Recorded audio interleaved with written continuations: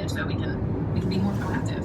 We're not going to go at a pitch situation to give our creative ideas away for free, but we'll invest more in the relationship and be much more proactive and allow ourselves to do some research and some more to talk to a current client or in between projects just further the relationship. There's a few things that you said I'd like to pull on. One of them is that it always leads to better conversations with the client. Bien. Do you want to talk about that a little bit? So you get approached. You have to say Amaneció it's conectado. This way. And I think some listeners on the agency side are thinking that it's either you pitch or no, you just say no and walk away. And I'm sure there are times when you do walk away, but there's often a third way or a middle ground or another way, right? So client says this is the way it works. You say we don't participate in that. You're at a stalemate. Now you have a conversation. I'm assuming that some of the time those conversations work out in the short term. You also said that you get these long tail wins. So you're playing the long game here. Talk to us about the conversations that you find yourself in with clients. Yeah, well, they are pretty much always respectful of it. Some clients are ex-agency people anyway, so they find it really interesting and always raises eyebrows. Yeah, I think they always respect it and, just creates a much more grown-up conversation. And it's just much more honest right away. We'll say, I know a big company, it might be too big for you to affect this process, and we understand that. And this, we get to explain why we are holding firm to ensuring that we create the right environment for us to do our best work. Why we save all of our energy for our paying clients and just really be dedicated to that. So it goes all sorts of ways from there. Lots of times the client is too large and you can't circumvent the pitch. All of those good derailing practices just sort of don't work. So we're just very conscious that we're creating a relationship with this person. And we get to tell them more about who we are, and it sticks. If they talk to 10 agencies around that pitch, they will definitely remember us. We're not just fodder. Do you ever get hired later on from those clients where you had to bow to their pitch? Yeah, so they often come back and say, listen, I've got something I think I can give to you without it going through the pitch process. So they like grab something before it gets caught up in the system that they can't affect. So that does happen. And you've mentioned the words derail and circumvent a couple of times. So a client comes to you with a defined selection process. You say, that includes pitch. You say, we don't pitch. Have you had, I'm not asking you to give specific details, but have you had situations where a client has seen kind of the wisdom of your ways and put the selection process aside and hired you or found a way to work with you in that process? Or is it always the two parties, you part company, and they sometimes get back later? We have done it successfully, like you advocate a couple of times. But it's not most of the time. It happens in a wiggly way. A wiggly way. Recently there was one, we said, they were really interested in working with us. Just perfect fit. We really see this, you get us. I just can't stop this process. I understand if you don't want to participate. So we said, okay, cool. If you want, we'll help you choose. If you want our view on how to get in.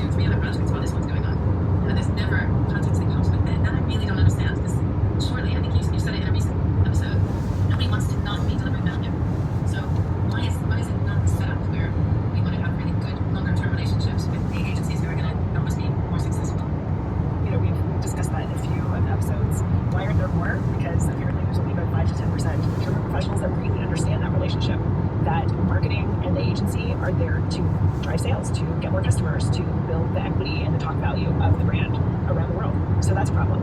And procurement are trained in a certain way. They're trained to buy pencils and oil and gas fittings. And so they are just logically taking those ideologies that they were trained in and applying it to marketing. And so I turn it back on the agencies and say, it's now your responsibility. Like all those things that you just said, you wish procurement would say to you, I say, okay, agencies, if that's what you would like them to say to you, you've got to be the person to say it. You've got to showcase your value. You've got to have some confidence in the value that you deliver. We have to train our people to have those conversations. And I imagine that's what you're doing. There must be some skill building. You've talked about doing workshops and reading different books and getting that information disseminated. And how, so how are you supporting those conversations with your staff? Because it can't just be you that's having those conversations. Everyone in your team must be having them. No, that's true. I think one of the problems is that procurement is, from in our experience, inconsistent. We don't always deal with procurement because of the reputation situation. We're not asking to. So maybe that's what you're suggesting, and that could be something. But a lot of times we can get by without it, and so we're kind of just hoping it doesn't happen. And then when it crops up, it's all negative. It's late in the game, and it undermines the marketer relationship and authority. It's coming in without context for one reason only. So it does feel at that point that the rest of the other reading, health check, things fall into fears. It fails at that point. As sport, I love dunking on procurement professionals. I'll to say this line.